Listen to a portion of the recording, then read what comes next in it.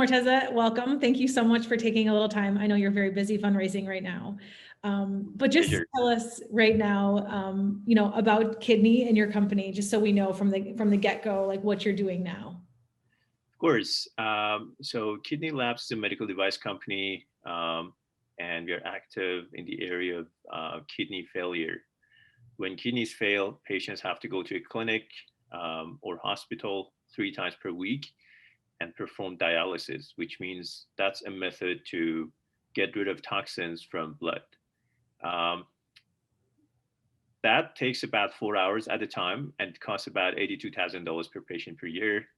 In the US alone, there are more than 700,000 patients. And so it's a terrible situation for these patients.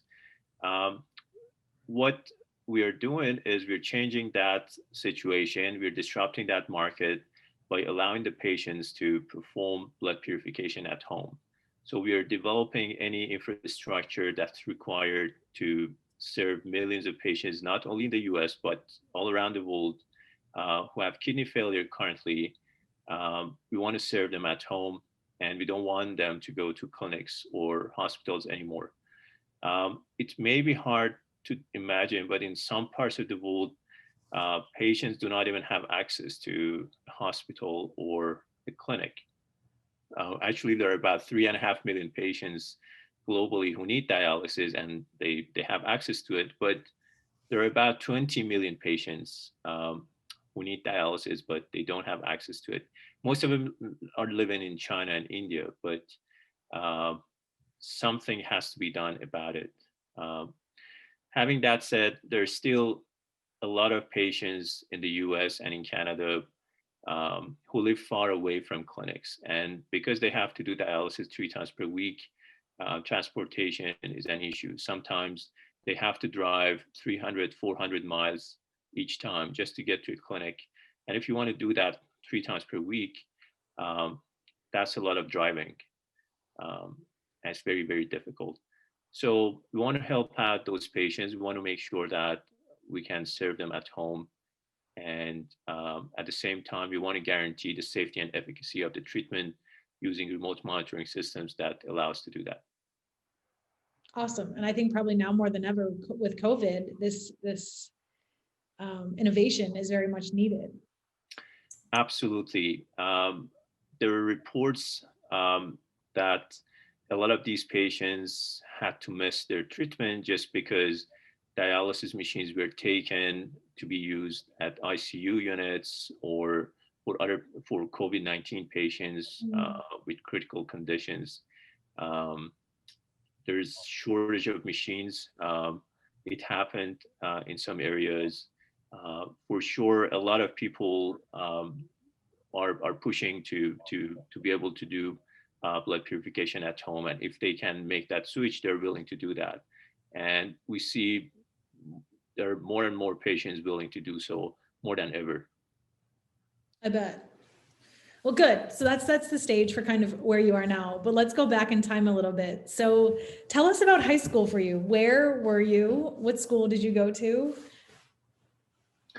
I was born and raised in Iran.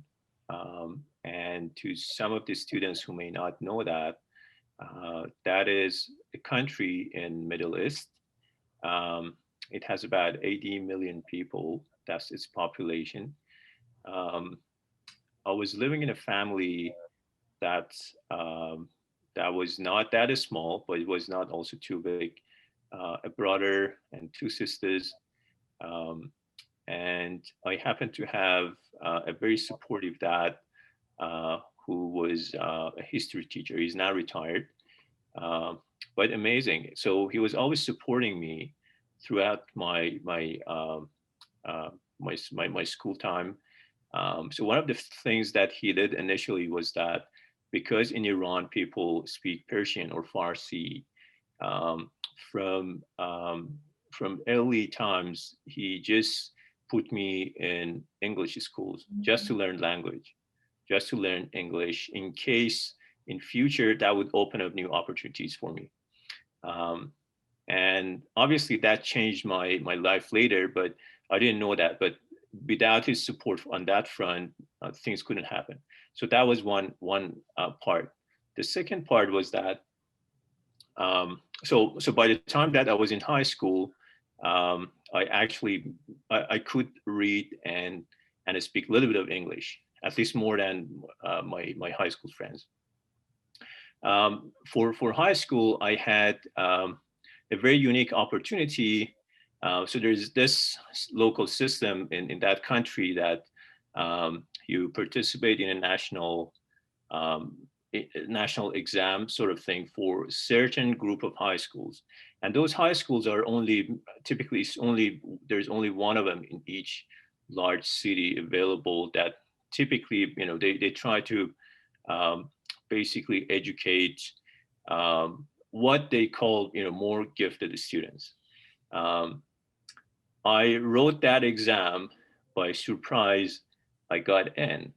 And so that was, let's say in a city that I was living, it was, the second largest city in the country, with a population of around 3-4 million back then.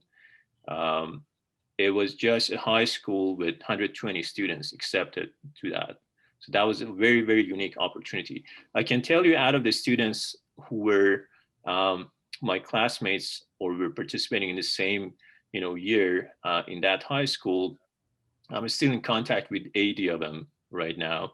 We have a group that we chat sometimes, and I can tell you about half of them are now in North America.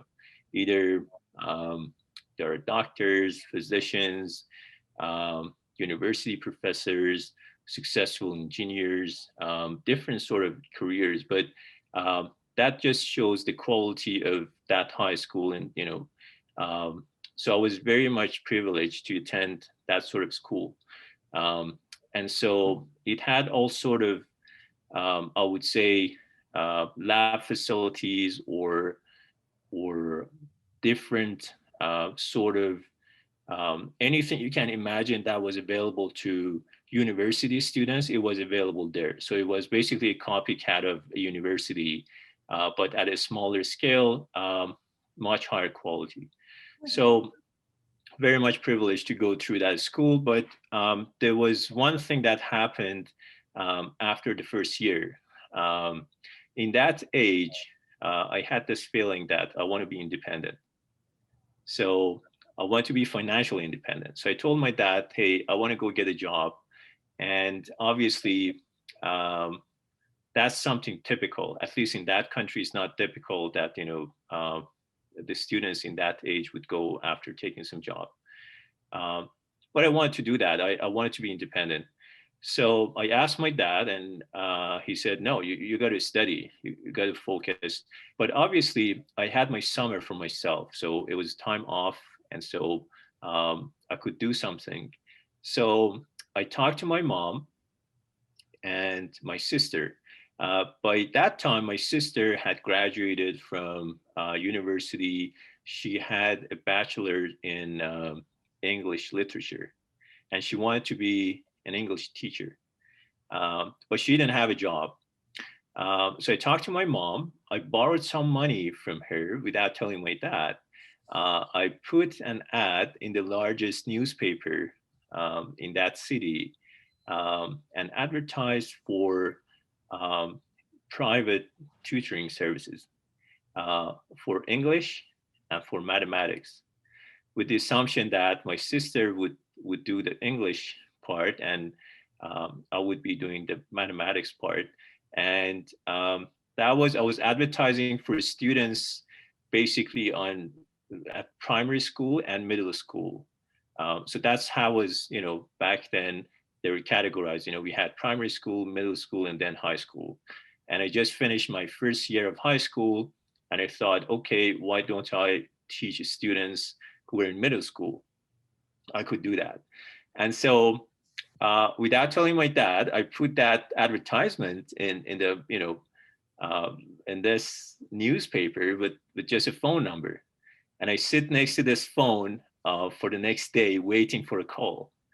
Um, and then there was no call.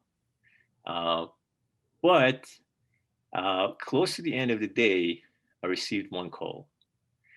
And there was someone asking for tutoring services, and they wanted to be private, meaning that they wanted to come to our home to receive those, to receive tutoring. They're willing to pay for it. And apparently, it was an adult student who didn't have a chance to go to school, before that, and now they were participating in some night school, just to get the degree they wanted, and they wanted to be prepared, for the exams. And so that was my client. And so she showed up with her husband at our door, and there was a quick interview, right at the door, and she said, "Okay, I'm gonna do it." And so that was my first student. Back then, I believe I was only 15 years old, and I was teaching a lady who was probably around 30 or 35 years old, who suddenly decided to basically complete her middle school. And so not only I found a job for myself for that summer, but also I found a job for my sister. And so she was teaching her English, and I was teaching her mathematics. So that was my first job ever, my first entrepreneurship experience ever in high school. And obviously, my mom convinced my dad to basically let me do that during that summer. I made a whole bunch of money that summer, and then I repeated that every summer after, in a different game. So every year that I was, going up, I could teach students below that, year. And so it became very, very successful business for me. I continued that even after I went to university. Every summer I was just advertising on newspapers and getting students for private tutoring. Wow. So were there any classes that you took? Like, where did the inspiration to be entrepreneurial come from, do you think? Was there some classes that you took in school or clubs, or like, just can you point in any direction as to why you were thinking that way at such a young age? I think it all came from the point that I wanted to be independent. So 15 years old, but I still, had to ask for some money from my dad, and I didn't like that. Somehow there was this feeling of independence that, I wanted to have something for myself. I even remember opening of a bank account. It was a high interest savings account, and I did the math that by the time that I would graduate, it would probably double my money. And even, in that age, you open up a bank account, any money I was getting out of that tutoring business, I was saving in that bank account, and for later, because there was basically I didn't have any overhead. It was zero overhead business. People showing up at your home, and then we allocated just one large room, for tutoring, and it was a lot of time saving as well, because I could line up students back to back. But really, it was just the feeling of the need for independence. That was the main motivation for me to go after this. Awesome. I love it. So tell us though, within high school, what were your favorite classes, or what did you do? Were there any sports or clubs, things that you did outside of the classroom, or was the tutoring seems like it was mostly in the summer. So what did kind of the rest of the year look like for you? Oh, it was busy. So, like I said, it was a different kind of school. So they had a lot of classes, more than a regular kind of high school. They had more classes, more activities, obviously. I was not into sports much. Back then, I was playing basketball, but then I ended up with broken fingers at some point, and then I gave up. But what was fascinating was that we had a physics teacher, and he was teaching, and back then I believe he was at his last year of PhD at the local university. He was getting his own PhD degree in physics. And he was also a teacher, so he was basically teaching us physics. And so when I talked to him, he sort of motivated us to sort of look into physics from a different perspective. He was a really good teacher. He was teaching physics in a way that it was not boring anymore, and you could learn way beyond just typical textbooks. And then he motivated us to go sit at university classes in that age. So somehow he talked to a few professors at the university, and they invited us, just a small group of us that, I got just very much interested in physics. And so when I talked to him, it was just not myself, it was another group of students as well. We started attending a few classes at the university, and these were basically university classes for physics majors. So these were students at university majoring physics, but these are basically first year physics courses, hardcore, background physics courses at university. And we started attending those classes. And something very interesting happened. I remember I was just walking across the door of, office of a professor, and he was a professor in theoretical physics, particle physics to be exact. And I saw him sitting behind his desk, and he was talking to a PhD student, and I just passed across his office, and I saw that moment. I was thinking, okay, that's really cool. This guy obviously knows so much. And the other person there, the student, was also, talking to him about some projects. I was just fascinated by that. I was still in high school. I didn't know what I want to do later, but that moment, it was just so fascinating for me. And so I just knocked on the door and asked if I could join their conversation for a couple of minutes. I was like, who the hell are you? Obviously, he didn't know me. And, I was just a high school student. I told him, hey, this is the truth. I'm a high school student. I'm attending a couple of classes just for fun. Maybe I don't understand physics much, but I just find it very fascinating and I love it. And so I saw you and you're a student. I was wondering if you can give me some advice. That was all. I was like, okay, can you wait for 5 minutes? We're about done, and then I can talk to you. And so he accepted that, and I waited outside for 5 minutes, and then he was finished with that student, and then he asked me to come in, and I was sitting there right in front of this, full professor of physics. And I was just, again, I think that back then I was 17 years old. And I asked him for advice. What do I do? I think I like physics. What do you think? What do you think I should do next? And so he told me one thing that was very, very important. He said, the language of physics is mathematics.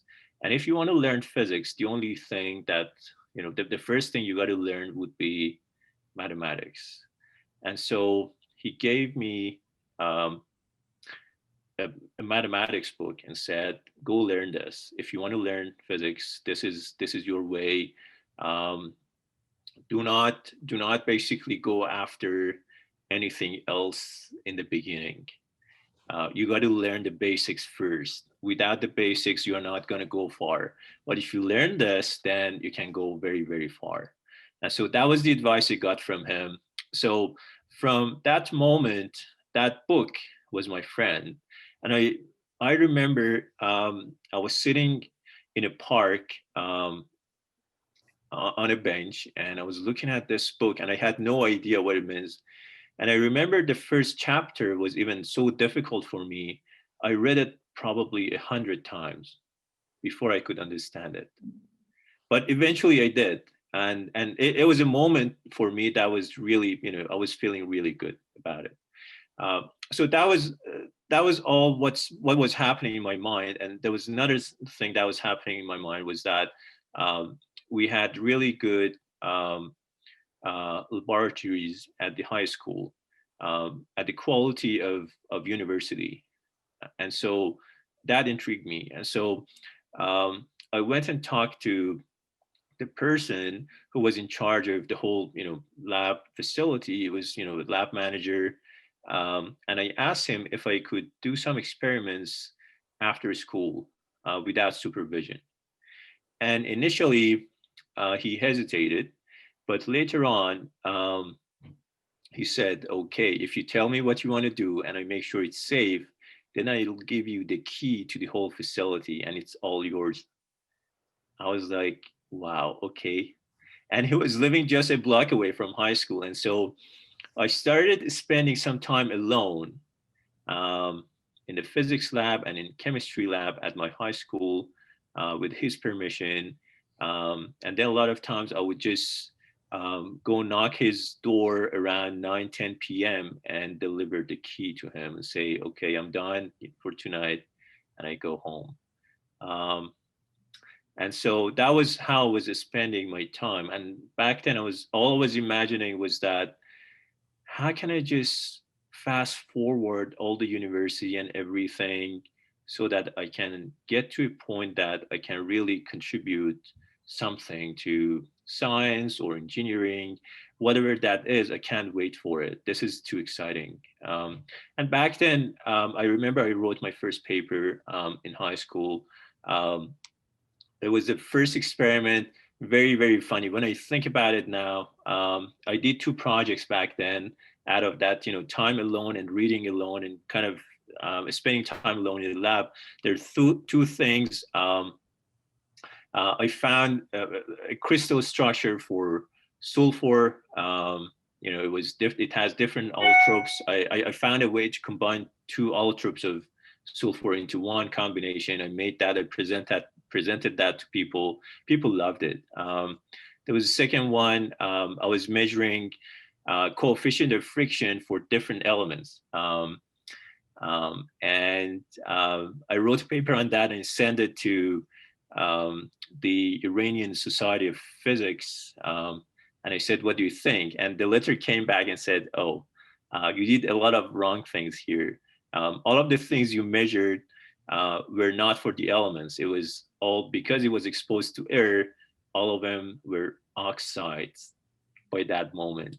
And so big mistake, but it was just fun for me. And I learned how to write basically. And that was the moment I learned that, how important it is to write and deliver messages to people and transfer your ideas across.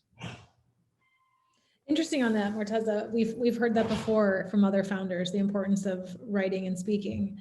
I'm just being conscious of the time. So I want to get to, how you got to Canada. So talk maybe about college and then we'll quickly get into, what you're up to now. Of course. So fast forward, I go to the same university for physics. So I did a bachelor's degree in the same university after high school. In the 3rd year of high school, the same thing happened. I was just, walking in a corridor in science department, and I saw a professor sitting at his office desk, and the door was open, and I had some idea in mind. And so I knocked the door, and he was very welcome, and he asked me to come in, and we started talking about the project I had in mind, and he loved it. Very, very random. So here I'm just emphasizing the fact that do not hesitate to talk about your ideas with people, even randomly. You get ton, and you would see that this random conversation changed my life completely. And so I didn't know that professor, and I was not shy. And so I talked to him about it. He happened to be a graduate from a university out of Japan. And so he told me that he had a fellowship for which, which paid for his studies at a very good university. I believe it was University of Hokkaido. Um, and he was fresh out of that. He was assistant professor. We talked about the project. And in that specific moment, we decided to define that project as my graduation project for bachelor's degree for physics, and he would be my supervisor for it. So I started working with him on that, and it was theoretical calculations and programming, and doing some random numbers, and creating the science behind it. And at some point, after a few months, I had some results. Um, he convinced me that I should present these results to at a conference, and I had no idea. So he submitted an abstract to a conference in Japan. Um, and so when I did that, um, it got accepted. So one day I arrive at the computer and I see an email, it's an acceptance of the abstract. They're inviting you to come over to present that abstract in Japan. I'm like, wow, okay. So I go home with that result, and I tell my dad that this is the abstract, and they want me to go to Japan. What do you think? And with my dad being just a history teacher, not a wealthy man, at dinner table, I remember he didn't hesitate. He said, "I'm gonna sell my car. I'm gonna send you to Japan." I was surprised. It was like, no way, Dad, I'm not going to allow you to do that. And so the day after, I went to see my supervisor and asked him, what do you think? Is there any way I can get some money to do this? And back then, it was $900 US dollars to get the plane ticket from Iran to Japan, um, you know, for return ticket, plus the cost of living for 7 to 10 days during that conference. And so he said, you know what, there's something called travel grants. Why don't you write to the conference and see what they think? And so I started doing that. But at the same time, I started asking the university. The university said no upfront. It was like, we don't even have money for graduate students to send them to international conferences. You're just an undergrad. There's no way we can pay you any grants. And so I started writing to that Japanese conference. It was an international conference, and obviously they did have grants, but they told me the same answer. If we have any grants, it's for professors or it's for grad students. You're just a bachelor's student, undergrad. And so they didn't accept that. So I thought, okay, what is it that I'm going to lose here? This is an opportunity. It can change my life. So I went back in the next day and I wrote to the same person. It was a Japanese secretary. And I told her, hey, I know you don't have money for undergrads, but this is going to change my life. Can you please, forward this to somebody else that's responsible for the funds? She said no. And then I wrote back again the next day. And at some point, it became so funny. So it was just back and forth email. She was begging me, please don't write anymore. I already told you there's no money, there's no grants. Colleen, I wrote her 20 times. And at some point, we were just friends. We were just, hey, how you doing today? I know I wrote you already, 15, 20, 15, 18 times. You said no, but wanted to try once more. After 20 times, she forwarded that to the chair of committee for grants. And I just received one simple email. It was one line, we're rewarding you a special young scientist award, 50,000 yen. That was it. It was equal to $500. I was like, oh wow, okay, that's free money. I can do this. And I'm concerned about time, but long story short, I took that letter to university and said, hey, these guys are paying me $500. They said, okay, now we can match it. So the university matched that money, and I eventually went to Japan. There are a lot of hurdles in between, which because of time I'm not explaining here. But eventually, I went to Japan. for that conference. And in Japan, I got another grant. By the time I came back from the conference, I actually made $100, and I gave that to my dad. And he didn't sell his car. But what happened in Japan was that I met a professor from a Canadian school, university, and when he heard that story, he said, "You should come to Canada for grad school." I was so persistent. I was not, I didn't give up, and he liked that story. And so through that, I got, an acceptance letter, applied for visa, um, went to Canada, start grad school, finished grad school, um, and then started the company. And all of that happened. Obviously, after a while, I became citizen in Canada, became Canadian. Canada became my home. I think I'm now, I've been here for more than 16 years now, and so it's I can call it home for sure. Obviously, rest of it happened. Wow, that's incredible. I mean, did you get to meet the girl that you emailed 20 times? I did, and the moment I met her, she knew me, and she was like, "Was it you?" I said, "Yes, it was me." We were in touch for a while, and then she moved to another industry, and I don't know what she's doing now. But Wow, that's incredible in terms of persistence and, chasing your dream, right? And then you got yourself there, and then look what doors it opened just while you were there. yes, I mean, absolutely. absolutely incredible. So I guess to kind of put a bow on it, I mean, if you had advice for young students that are 17 or 18, right? Some may be from Iran that are going to be watching this video. The Buffalo Public Schools have a very diverse population that engages in their classrooms. So, I mean, if you had words of advice or thoughts that you'd want to leave them with, what would they be, Morteza? Of course, and I try to be very quick. First of all, be persistent. Don't accept no as an answer. Don't give up. Just keep going. If you haven't failed enough, you're not going to succeed. So if you haven't succeeded yet, it means that you haven't gone through enough failures. So just keep going. That's one important point. Um, Take basic science courses very, very seriously. You probably do not know when you're going to use them or when that knowledge is going to be helpful to you in your life. But later on, you're going to learn that,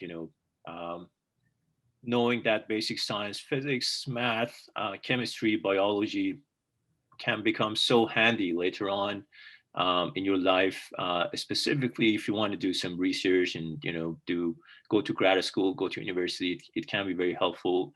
Um, do not underestimate the power of writing. People can become millionaires by just having high quality writing, and that means that you can apply to $1 million grant. I don't know if that's probably worth of assuming a home in Buffalo would be worth $250,000. That's equal to 4 houses. But technically, if you can write a high quality grant application worth $1 million, you can get that money for free and you would be a millionaire. That's just coming out of pure writing, nothing else. It's just writing. So practice, practice, practice, learn how to write. Again, on top of that, if you can write patents, try to learn how to write patents. I would encourage you to write your first patent this year. It only needs $70 to submit a patent. If you haven't submitted any other patents before, just submit your first provisional patent. There are tons of free information on YouTube on how to write an application, a patent. And to just give you an idea, a good patent with a new technology based on a new idea, innovative idea, can lead to $1 million company. Again, when you go back, you would see that all of that depends on your writing capabilities and the capabilities to be able to transfer your knowledge and explain your ideas as a patent. So practice that. That's a very important skill set. I figured if you have innovation based on good writing, that can generate a lot of money. There are billionaires out there who their seed fund came from writing patents and selling those patents to other companies. And it's just such an important skill set.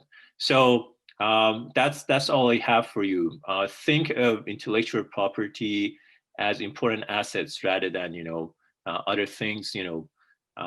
Books, same thing. Copyright. These are important things. A patent may look like a few pages, but that's the only place in law that the law allows you to have monopoly for about 20 years. That's a powerful tool. And so think of it that way, have open mind around, all of these ideas, and again, practice your writing. Take your ideas very, very seriously. I would encourage you to have an idea booklet or a file or on your cell phone or a computer, where any idea that comes to your mind, you can just write it down. And don't think they're not good ideas. Don't judge them. Basically, just write them down. Out of 100, 200 ideas, there will be a couple of brilliant ones that can turn into billion-dollar companies or businesses, or great ideas which can even change the lives of millions of people. And so just take your ideas very, very seriously. Again, happy to help. Feel free to reach out to Colleen or myself if you needed any help, if you needed more advice, if you needed, if you had any questions regarding your science projects, being an entrepreneur, how to start, where to start. Don't have any fear, just go for it, and good luck. Thank you, Morteza. That was great.